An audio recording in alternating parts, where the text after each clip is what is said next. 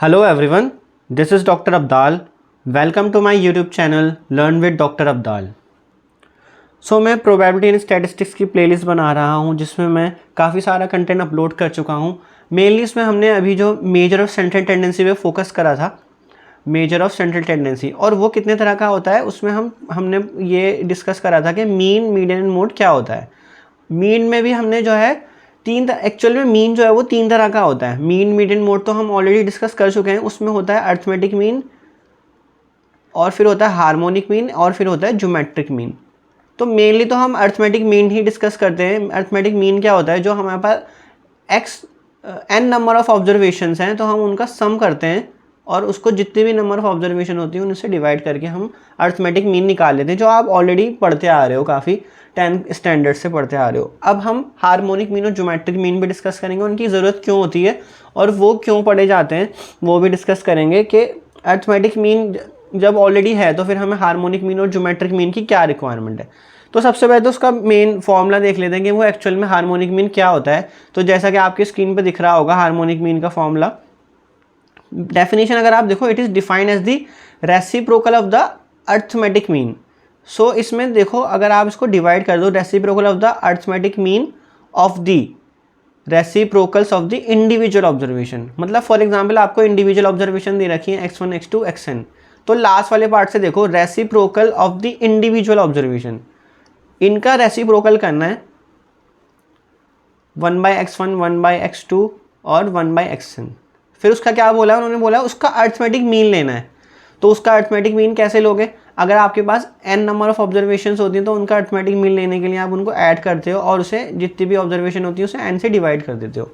और फिर उसके बाद वो उस बोलता है कि रेसिप्रोकल लेना है उसका भी, मतलब reciprocal of the arithmetic mean of the reciprocals of the individual observation. तो हमने reciprocal of the individual observation कर लिया है, हमने अर्थमेटिक मीन भी निकाल लिया, अब हमें उसका भी रेसिप्रोकल करना है। तो रेसिप्रोकल कैसे होगा, अगर मैं इसको पूरे को डिनोमिनेटर में ले जाऊं, 1/this कर दूं, तो ये एक्चुअल में क्या बनेगा जो आपके यहाँ स्क्रीन पे दे रखा है, क्योंकि जब जो डिनोमिनेटर में आपका n जा रहा है वो आपका आ जाएगा न्यूमरेटर में, जो कि यहाँ दे रखा है, तो वो बन जाएगा आपका हार्मोनिक मीन।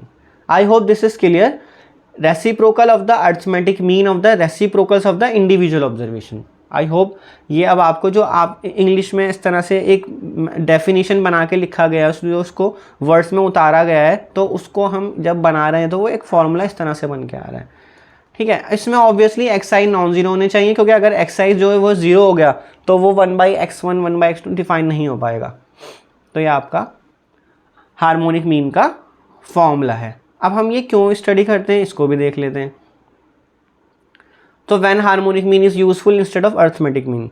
सो इसमें क्या लिखा है, when dealing with rates, ratios और quantities express as per unit. For example अगर हम सिनेरियोज लें, सिनेरियोज में क्या है, a car travels the same distance at different speeds. मतलब सेम डिस्टेंस, मतलब एक कार जो है वो, फॉर एग्जांपल आप यहाँ से अपने घर से A पॉइंट से B यूनिवर्सिटी जा रहे हो, तो डिस्टेंस तो ऑब्वियसली सेम है ना। आप यहाँ से B पे गए और फिर B से वापस A पे आ गए, पहले B तक गए फिर वापस आप B से A जा रहे हो। अब डिस्टेंस तो सेम है बट आपकी हो सकता है स्पीड डिफरेंट हो। फॉर एग्जांपल जब आप A to B जा रहे हो तो आपकी जो स्पीड है वो 60 km/h है, और जब आप वापस जा रहे हो तो आपकी जो स्पीड है वो 40 km/h है। ठीक है, मॉर्निंग में तो ट्रैफिक नहीं होता तो आप ज़्यादा स्पीड से चले जाते हो, और जब इवनिंग में जा रहे होते हो तो ज़्यादातर कॉर्पोरेट ऑफिसेज बंद हो रहे होते हैं तो स्पीड कम हो जाती है ऑटोमेटिकली। तो जब अब यहाँ पे आप अर्थमेटिक मीन डायरेक्टली अप्लाई नहीं कर सकते हो, यहाँ पे आपको रॉन्ग इन्फॉर्मेशन देगा अर्थमेटिक मीन आपके डेटा की, वो एवरेज प्रॉपरली कैलकुलेट नहीं कर पाएगा। उसका रीज़न क्या है, क्योंकि यहाँ पे रेट्स चेंज हो गए। आप ये नहीं कर सकते कि एक तरफ की स्पीड 60 एक तरफ की 40 है तो दोनों को ऐड करा, 2 से डिवाइड करा तो 100/2 = 50 आ गया। This is the wrong way of finding the average of the given problem. ठीक है, तो यहाँ पे हमने ये पढ़ा when dealing with rates, ratios, quantities, या फिर इसमें हमेशा याद रखना जब आपके रेट्स चेंज हो जाते हैं, जहाँ डिस्टेंस सेम रहा और रेट स्पीड चेंज हो गया। Calculating average cost per item over different rates, मतलब आप कुछ चीज़ खरीद रहे हो, फॉर एग्जांपल आप 50 फ्रूट्स ले रहे हो या 50 नोटबुक्स ले रहे हो। अब आपको डिफरेंट रेट मिला, आपने 50 बुक्स ली, कुछ 100 के पर रेट पे लिए, एक नोटबुक 100 के पर रेट पे लिए और 50 बुक्स का आप बंडल ले रहे हो, उसमें आपको 120 के पर रेट से मिल रहा है। तो आप ऐसा नहीं कर सकते, आपने दोनों को ऐड करा, 100 को और 120 को और 2 से डिवाइड कर दिया, तो आपको वहाँ फिर से गलत आंसर में ही मिलेगा। ठीक है, मतलब क्या हो रहा है, आपका average cost per item change हो रहा है ना। डिफरेंट रेट पे ले रहे हो ना आप, एक 100 रेट पे ले रहे हो, एक 120 रेट पे ले रहे हो, तो यहाँ पे रेट चेंज हो रहा है। यहाँ ऊपर स्पीड भी रेट था, यहाँ पे उसका कॉस्ट पर आइटम चेंज हो रहा है, वो भी रेट है। इस तरह cost, price per unit, cost per kilometre, item produce per hour, ये सब चीज़ें जो हैं हम हार्मोनिक मीन में ही कवर करते हैं, हार्मोनिक मीन से ही उनको कैलकुलेट करते हैं। तो हम इस पर प्रॉब्लम देखेंगे तो आपको और अच्छे से क्लियर हो जाएगा। ये मैंने एक आपको ओवरव्यू दे दिया कि इन एटलीस्ट आपको ये सिनेरियोज याद रहने चाहिए कि इन सिनेरियोज में आप हमेशा हार्मोनिक मीन की तरफ ही मूव करोगे। तो इस पर प्रॉब्लम देखते हैं। प्रॉब्लम क्या है, a person travels from city A to city B at a speed of 60 kilometre per hour and returns from city B to city A at a speed of 40 kilometre per hour. आप जैसा कि मैं अभी पीछे discuss कर रहा था, ए to be जा रहे हो आप, तो आप 60 किलोमीटर पर आवर से जा रहे हो और बी टू ए वापस आ रहे हो, तो जब आप यहाँ से यहाँ जा रहे हो तो 60 है स्पीड, और जब वापस आ रहे हो तो आपकी स्पीड हो गई 40 kilometre per our, but distance आपका सेम ही है। तो अगर आप, जैसे कि पीछे मैंने बताया था, अगर आप अरिथमेटिक मीन अप्लाई करो, जिसको हम एम से डिनोट करते हैं, तो आपका फॉर्मूला क्या बनेगा, आप ऑब्वियसली दोनों की जो आपकी स्पीड है उसको ऐड करोगे, क्योंकि 2 स्पीड है तो आप 2 से डिवाइड कर रहे हो उसको, तो 100/2 50 आ रहा है यहाँ पे। बट अगर मैं हार्मोनिक मीन से जाऊँ, अब आपके पास 2 डिफरेंट रेट हैं, x1 की वैल्यू है 60, x2 की वैल्यू है 40, तो हार्मोनिक मीन का फॉर्मूला क्या होता था, क्योंकि यार 2 ऑब्जर्वेशंस हैं, तो 2 डिवाइड बाई 1/x1 1/x2, तो 2 डिवाइड बाई 1/60 प्लस 1/40। तो इस तरह से ये अब आपका कैलकुलेट होगा। तो इसमें आप उसको एलसीएम ले लो और सॉल्व कर लो, तो 240, तो ये आ गया आपका 4 and 6, तो 2/10 और 240 आपका ऊपर चला गया, तो 0 से 0 कैंसिल कर लो, तो ये आ गया 48। तो आपकी एक्चुअल क्या बोलते हैं, what is the average speed for the entire trip, मतलब पूरी ट्रिप ए टू बी जब आप गए और बी टू ए आप गए, तो आप अगर किसी को कहोगे कि यार मैं अपने घर से वहाँ जा रहा हूँ और वहाँ यूनिवर्सिटी जा रहा हूँ, यूनिवर्सिटी से वापस घर आ रहा हूँ, तो मेरी एवरेज स्पीड जो है 48 किलोमीटर पर आवर बनती है, तो ये आपका करेक्ट आंसर है। पूरी जर्नी की जो एवरेज निकाली है आपने ये, और अगर आप अरिथमेटिक मीन से निकाले तो 50 आंसर आ रहा था। तो आई होप आपको यहाँ डिफरेंस समझ आ रहा हो कि अरिथमेटिक मीन कहाँ यूज़ करना है। अरिथमेटिक मीन में बाकी की सारी कंडीशन सेम रहती हैं, वो चेंज नहीं हो रही होती हैं, स्पीड वगैरह, रेट वगैरह, जो भी पर कॉस्ट पर किलोमीटर जो भी चार्ज लग रहा है। तो नेक्स्ट क्वेश्चन देखते हैं और क्लियर हो जाएगा आपको। सो नेक्स्ट क्वेश्चन है, shopkeeper buys 50 pens at 10 each and another 50 pens at 15 each. तो यहाँ पे मैंने क्या बताया था, आपका rate, cost per pen change हो रही है ना आपकी यहाँ पे, तो कॉस्ट पर यूनिट ऐसे कर लो, वो चेंज हो रही है आपकी। तो जो आपका रेट है एक्चुअल में, जो आप जिस रेट पे बाय कर रहे हो, वो चेंज हो रहा है, तो इसलिए आपका यहाँ हार्मोनिक मीन अप्लाई होगा।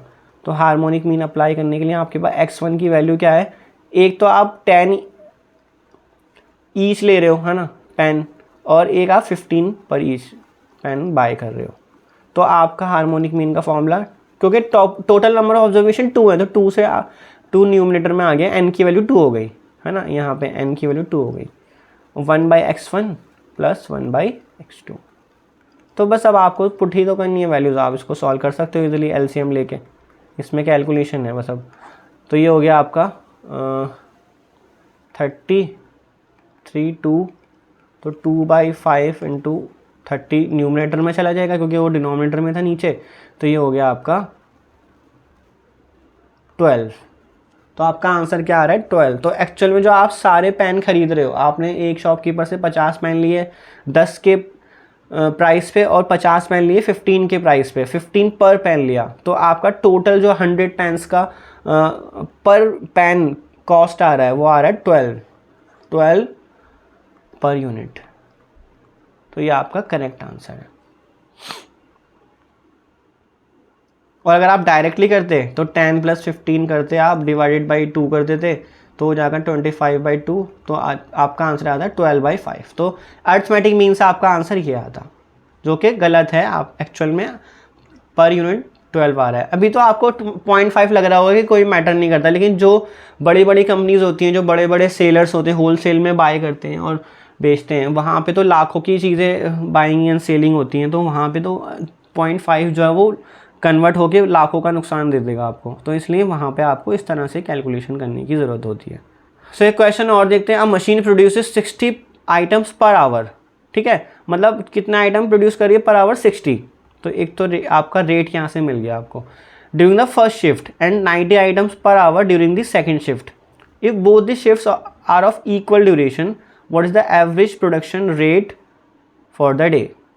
ठीक है, फॉर एग्जाम्पल आप मान लो कि 8 घंटे की शिफ्ट होती है, 4 घंटे की पहले हो रही है, 4 घंटे की बाद में हो रही है। तो जो 4 घंटे की शिफ्ट है ना, उसने आपको ये बता दिया मशीन प्रोड्यूस करती है 60 आइटम पर आवर। तो मतलब इसमें भी आपके 4 आवर, मैं आपको एक्सप्लेन कर रहा हूँ सिर्फ, बाकी तो आपके पास 60 और 90 डेटा पूरा दे रखा है। तो मतलब 60 आइटम आपके इस तरह से प्रोड्यूस हो रहे हैं। और बाकी की जो शिफ्ट है, सेकंड शिफ्ट, या आपकी शिफ्ट है, ठीक है, इसको डिवाइड कर दो यहाँ पे। तो इसमें कैसे प्रोड्यूस करें, 90 आइटम, 90 एंड 90 इस तरह से प्रोड्यूस हो रहे हैं आपके। तो पूछ रहा है कि एवरेज प्रोडक्शन रेट क्या है, मतलब पूरे दिन का पर आवर। अगर आप देखो 8 घंटे अगर टोटल आप काम कर रहे हो दिन में, आधे शिफ्ट में आप 60 पर आइटम पर आवर प्रोड्यूस कर रहे हो और बाकी आधी शिफ्ट में आप 90 आइटम्स पर आवर प्रोड्यूस कर रहे हो। तो आप टोटल एक्चुअल में एवरेज क्या दे रहे हो कंपनी को अपनी, के प्रोड्यूस करके पर आवर कितने आइटम प्रोड्यूस कर पा रहे हो। तो आपका यहाँ पे हार्मोनिक मीन का फिर से फॉर्मूला लगेगा 2 डिवाइड बाई 1/60 प्लस 1/90। तो सिंपल ये लगेगा फॉर्मूला। तो ये आ जाएगा आपका एलसीएम लेके 180, तो 3 + 2, तो 2/5 इंटू 180। ठीक है, तो इसको आप सॉल्व कर लो। 2 इंटू 72 आ गया आपका। तो एक्चुअल में जो आप पर आवर पूरा दिन का अगर आप देखोगे ना, तो पर आवर जो एवरेज निकल के आ रही है वो आ रही है 72 आइटम पर आवर प्रोड्यूस करके दे रही है वो मशीन आपको। ठीक है ना, यहाँ पे लिख सकते हो आप आइटम्स पर आवर। तो ये आपका करेक्ट आंसर आ गया। और अगर आप अर्थमेटिक मीन से करते तो 60 + 90 डिवाइड बाई 2, तो ये हो जाता आपका 150 डिवाइड बाई 2। तो ये कितना निकल के आता आपका 75 निकल के आता, जो कि गलत आ रहा है। तो नेक्स्ट क्वेश्चन देखते हैं। अ टैक्सी चार्जेस 10 पर kilometre for the first half of a journey and 15 kilometre for the second half, what is the average cost per kilometre for the entire journey. For example आपकी journey वही same, या आपकी journey है A to B, इसको आप 2 equal parts में divide कर दो। तो फर्स्ट हाफ के लिए तो वो जो है 10 पर किलोमीटर लेके चल रहा है आपको, ठीक है, और बाकी के लिए 15 पर किलोमीटर लेके चल रहा है। तो आपसे पूछ रहा है कि एवरेज कॉस्ट क्या आ रही है आपकी पर किलोमीटर, मतलब वो एवरेज कितना चार्ज कर रहा है आपसे टैक्सी जो है, टैक्सी ड्राइवर। तो इसमें हार्मोनिक मीन लगेगा, क्योंकि रेट चेंज हो रहे हैं आपके दोनों टाइम। हाफ जर्नी में रेट कुछ और हैं, और हाफ जर्नी में 10 है और हाफ जर्नी में 15 है। तो 2 डिवाइड बाई दिस, एलसीएम ले लो। तो ये हो गया आपका, ये तो आपने ऊपर भी सेम डेटा से कराया क्वेश्चन, तो ये सेम ही आ जाएगा 3, 5। तो 2 डिवाइड बाई 2, 5 इंटू 30, तो ये 12 आ गया। तो एक्चुअल में जो आपकी एवरेज कॉस्ट पर किलोमीटर आ रही है वो आ रही है 12। तो ये आपका करेक्ट आंसर है। आई होप आपको हार्मोनिक मीन समझ आ गया होगा कि हार्मोनिक मीन कहाँ कहाँ अप्लाई होता है। मैंने काफ़ी सारे केसेस कवर करने की कोशिश करी है। तो इसमें बस याद रखना रेट जहाँ पे चेंज होगा आपका, रेट कुछ भी हो सकता है, रेट पर kilometre, rate per unit pan जैसे था, या फिर कॉस्ट पर यूनिट, इस तरह से वो रेट चेंज हो रहा है, वहाँ आपका हार्मोनिक मीन यूज़ होगा। सो नेक्स्ट हम देखते हैं ज्योमेट्रिक मीन। जैसा कि मैंने डिस्कस करा था कि मेजर और सेंट्रल टेंडेंसी कैलकुलेट करने के 3 मेथड बताए थे, मीन, मीडियन एंड मोड। फिर मीन क्या कितने तरीके का था आपका, अर्थमेटिक मीन था, हार्मोनिक मीन था, और अब ज्योमेट्रिक मीन है। तो मीन हम डिस्कस कर रहे हैं। अब ऑब्वियसली आपके माइंड में यही सवाल होगा कि जब already arithmetic mean, harmonic mean कर लिया तो अब ज्योमेट्रिक मीन कहाँ से आ गया, उसका क्या रिक्वायरमेंट है, वो कहाँ यूज़ होगा। तो देख लेते हैं पहले तो फॉर्मूला क्या है। Geometric mean is defined as the nth root of the product of n observations. मतलब आपके पास n नंबर ऑफ ऑब्जर्वेशन है, x1, x2, xn, इनको आपने मल्टीप्लाई कर देना है, मल्टीप्लाई डॉट या क्रॉस, जो भी आप लेना चाहो, डॉट या क्रॉस लेके इनको मल्टीप्लाई। अब कितनी नंबर ऑफ ऑब्जर्वेशन हैं आपके पास, n नंबर, तो आपको इसकी 1/nth पावर लेनी है। ये है आपका ज्योमेट्रिक मीन। तो nth रूट लेना है, मतलब 1/n ना लिख के आप nth रूट इस तरह से करके भी लिख सकते हो। तो ये आपका ज्योमेट्रिक मीन है। तो देख लेते हैं कहाँ यूज़ होता है। तो geometric mean is more applicable than arithmetic mean in situation where values are multiplicative, involves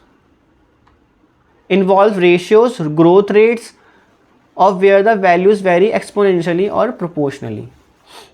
तो इसको हम एक बार एग्जाम्पल से ही देख लेते हैं सीधा, तब जाके आपको ही ये तभी क्लियर होगा। तो सबसे पहले क्वेश्चन देखते हैं ज्योमेट्रिक मीन का। Find the geometric mean of the 3 numbers 8, 36 and 48। तो इसमें तो डायरेक्टली आपको डेटा 3 ऑब्जर्वेशन दे रखे हैं, उससे आपने ज्योमेट्रिक मीन पूछ लिया। तो ज्योमेट्रिक मीन फाइंड करने का फॉर्मूला होता है, आप इन तीनों को मल्टीप्लाई करोगे, 8 × 36 × 48, और उसकी भी पावर आप 1/3 करोगे। तो ये आप जो साइंटिफिक कैलकुलेटर होता है उसमें बड़ी आसानी से कर सकते हो। मैं आपको उसी में करके बताऊँगा अभी। तो साइंटिफिक कैलकुलेटर सबके पास होता है और अलाउड भी होता है एग्ज़ाम में, आप उसको करना। तो मल्टीप्लाई करके इसकी वैल्यू आ रही है और उसकी पावर लेनी है फिर। सो मल्टीप्लाई करके आ रहा है 13,824। अब उसकी पावर लेनी है आपको 1/3, तो ये आ रहा है 24।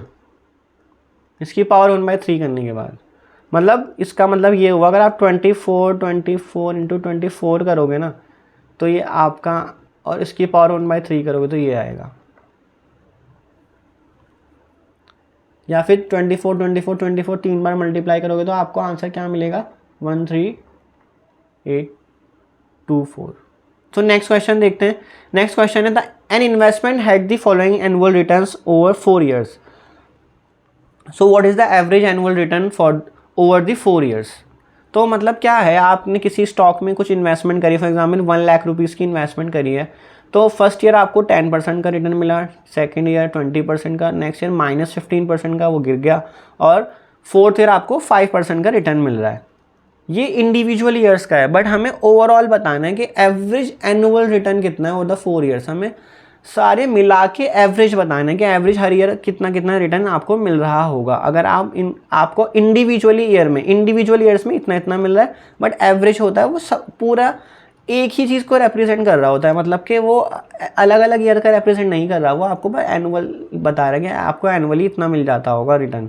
वो पॉजिटिव है या नेगेटिव है वो हम देख लेंगे। तो इसको करने का तरीका होता है ज्योमेट्रिक मीन से ही करेंगे। तो सबसे पहले तो आपको ये 10% 20% को कन्वर्ट करना है।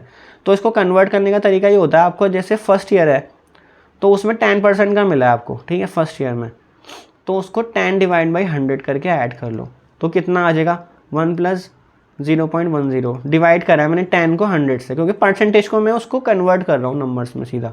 तो 1.10 ये आपका रिटर्न आ गया फर्स्ट ईयर में। सेकंड में 1 + 20, तो 20/100, तो ये आ गया 1 + 0.20, तो ये आ गया 1.20। देन थर्ड ईयर में सारा कुछ आपको 100 का मतलब है 1 में ऐड करना है। अब इसमें आ रहा है -15% का रिटर्न, तो ये 1 - 0.15, तो ये आ गया आपका 0.85। नेक्स्ट 5% का रिटर्न है तो पॉजिटिव है, तो 1 + 5/100, तो ये आ गया आपका 0.05, तो 1.05 का रिटर्न आ रहा है। अब आपने क्या करना है, ज्योमेट्रिक मीन निकालना है। तो ज्योमेट्रिक मीन क्या आ जाएगा, 1.10 1.10 × 1.20 × 0.85 × 1.05, इनको सबको मल्टीप्लाई करके इनकी पावर 1/4 करनी है, ठीक है। तो ये आंसर आ रहा है आपका 1.04। तो ये तो आपको ज्योमेट्रिक मीन आ गया 4 वैल्यूज़ का, बट आपका एक्चुअल में एवरेज रिटर्न ओवर 4 ईयर्स कितना आ रहा है, ठीक है, वो कैसे निकालना, मेन तो आपको वो निकाल के देना है। तो एवरेज रिटर्न ओवर 4 ईयर्स वो आ जाएगा, जो आपका एक्चुअल में अभी ज्योमेट्रिक मीन आया है 1.04 माइनस 1, ये इंटू 100, ये आपका रिटर्न आ जाएगा।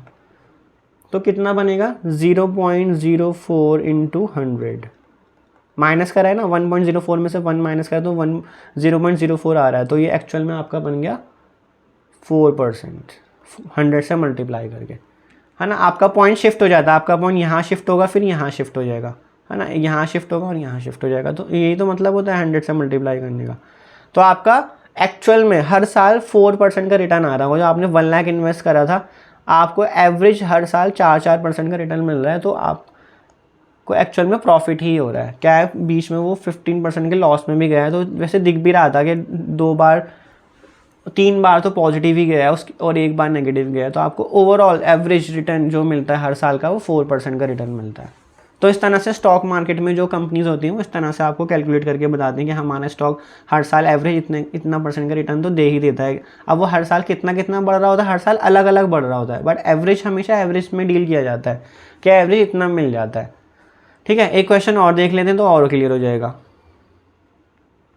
तो I stock gives the following annual return over 3 years, तो वही सेम आपको 25 माइनस 10 और 15% का रिटर्न मिल रहा है। तो आप क्या करोगे, 1 + 25 बाई 100 इस तरह से ऐड करोगे, तो ये आ गया आपका 1.25। देन सेकंड 1 माइनस 10 बाई, क्योंकि नेगेटिव आ रहा है -10%, तो 1 माइनस 0.10, तो ये हो गया आपका 0.90, ठीक है। एंड थर्ड ईयर का है आपका 1 + 15 बाई 100, तो ये हो गया 1 + 0.15, तो 1.15। तो आप सबसे पहले ज्योमेट्रिक मीन निकालोगे, ठीक है। सो ज्योमेट्रिक मीन आपका क्या आ जाएगा, 1.25 को मल्टीप्लाई करोगे आप, मतलब तीनों वैल्यूज़ को मल्टीप्लाई कर दोगे और उसकी पावर कर दोगे आप 1/3। तो इसको आप कैलकुलेटर में कैलकुलेट करना है, इसकी वैल्यू आएगी 1.089, ठीक है। मतलब क्यूब रूट निकालना है तीनों वैल्यूज़ को मल्टीप्लाई करके। अब आपका एक्चुअल में जो एनुअल रिटर्न आ रहा है, so average annual return over 3 years, वो कैसे निकालोगे आप, जो आपका भी ज्योमेट्रिक मीन आया उसमें से 1 माइनस कर दो और इंटू 100 कर दो। तो जब 1 माइनस करोगे तो क्या वैल्यू आएगी, 0.089 ये वैल्यू आएगी, इंटू 100 करोगे तो क्या वैल्यू आएगी, 100 करके पॉइंट शिफ्ट कर दो 0, तो 8.9%, ठीक है ना। आपका क्या होता है, ये पॉइंट शिफ्ट होता है, एक बार आपका पॉइंट यहाँ आ जाएगा, फिर सेकंड टाइम पे यहाँ आ जाएगा 8 और 9 के बीच में। तो आपका 8.9% का रिटर्न है हर साल का, जो आपको फर्स्ट ईयर में 25 का हुआ, सेकंड ईयर में -10 का हुआ, थर्ड ईयर में 15 का हुआ। तो इस तरह के केसेस में आपका क्या लगता है, वो लगता है आपका ज्योमेट्रिक मीन। सो ज्योमेट्रिक, यहाँ पे अगर आप अरिथमेटिक मीन निकालते तो आप क्या करते, 25 और फिर माइनस वैल्यू होती, फिर 15, फिर 3 से डिवाइड करते, तो कितनी वैल्यू आती, ये हो जाता आपका 30, 40 - 10 30/3, तो ये 10% का रिटर्न दिखाता आपको, जो कि एक्चुअल में सही नहीं होता। तो इस तरह के केसेस में जहाँ पे आपकी रिटर्न्स, एनुअल रिटर्न मल्टीप्लिकेशंस की बात आ रही है, तो वहाँ पे आप ग्रोथ की बात आ रही है, प्रोपोर्शन की बात आ रही है, तो वहाँ उस तरह के केसेस में आप जो है ज्योमेट्रिक मीन अप्लाई करोगे। तो मैंने आपको कुछ केसेस डिस्कस करके दिखा दिया, हार्मोनिक मीन और ज्योमेट्रिक मीन के। तो इन दोनों में आप छोटा सा डिफरेंस भी देख लेते हैं। सो इन दोनों में क्या रिलेशन होता है, relationship between arithmetic mean and geometric mean. तो हमेशा याद रखना, अरिथमेटिक मीन की वैल्यू हमेशा बड़ी आएगी ज्योमेट्रिक मीन से, और ज्योमेट्रिक मीन की हार्मोनिक मीन से। जो आपको पीछे मैंने क्वेश्चन करे ना, आप उनमें से कोई क्वेश्चन करके भी देख लेना, तीनों चीज़ें निकाल के देखना, अरिथमेटिक मीन, ज्योमेट्रिक मीन और हार्मोनिक मीन। तो उनमें हमेशा AM > GM और > HM आएगा, और all the observation are equal, मतलब अगर आपके पास सारा डेटा सेम है, सारी ऑब्जर्वेशन सेम है, तो आपका ये तीनों वैल्यूज सेम आएंगी। ठीक है, तो मैं इसको आपको एक क्वेश्चन करके दिखा देता हूँ तो आपको और भी ज़्यादा क्लियर हो जाएगा। So for the observation 4 and 6 find the arithmetic, geometric and harmonic mean. मैंने आपको क्या बताया कि ये AM वो GM से बड़ा होगा और GM जो है वो HM से बड़ा होगा, या इक्वल भी हो सकता है ना, इक्वल के भी साइन है ना, यहाँ इक्वल समझते हो ना, ग्रेटर देन और इक्वल टू।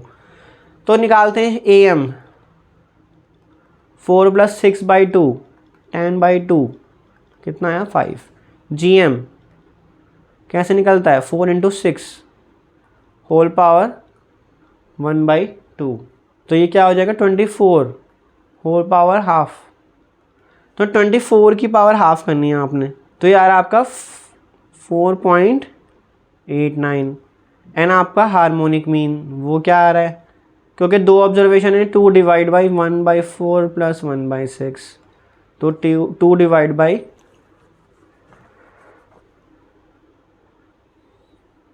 24 6 + 4 2/10 × 24, तो 48/10, तो 4.8 आ रहा है। 4.8 का मतलब 4.80 भी लिख सकते हो। तो क्लियरली आपको दिख रहा होगा 5 जो है वो ग्रेटर देन इक्वल टू है 4.89 से, और 4.89 जो है वो हमेशा ग्रेटर देन इक्वल टू होता है 4.80 से। तो ये आपका AM है, ये GM है, और ये आपका HM है। तो मैंने आपको एग्जाम्पल के थ्रू भी दिखा दिया कि किस तरह से ये वैल्यूज़ आपस में कंपैरिजन आप कर सकते हो इन वैल्यूज़ का, और कि कौन सी वैल्यू किससे बड़ी होती है। अब नेक्स्ट देख लेते हैं एक और, for the observation 6 and 6 find AM GM and HM। मतलब दोनों ऑब्जर्वेशन सेम है, आपके पास x1 की वैल्यू भी 6 है और x2 की वैल्यू भी 6 है। तो जब आप AM निकालोगे, दो सेम वैल्यू को ऐड कर रहे हो आप और 2 से डिवाइड कर रहे हो, तो वो सेम ही आने वाला है 6। और फिर आपका ज्योमेट्रिक मीन, तो 6 × 6 और होल पावर हाफ, जितनी ऑब्जर्वेशन होती है उसी से आप पावर में डिवाइड करते हो 1/2, तो 36 की पावर हाफ, मतलब 36 का आपको स्क्वायर रूट लेना है, तो क्या आता है वो 6 आ जाएगा।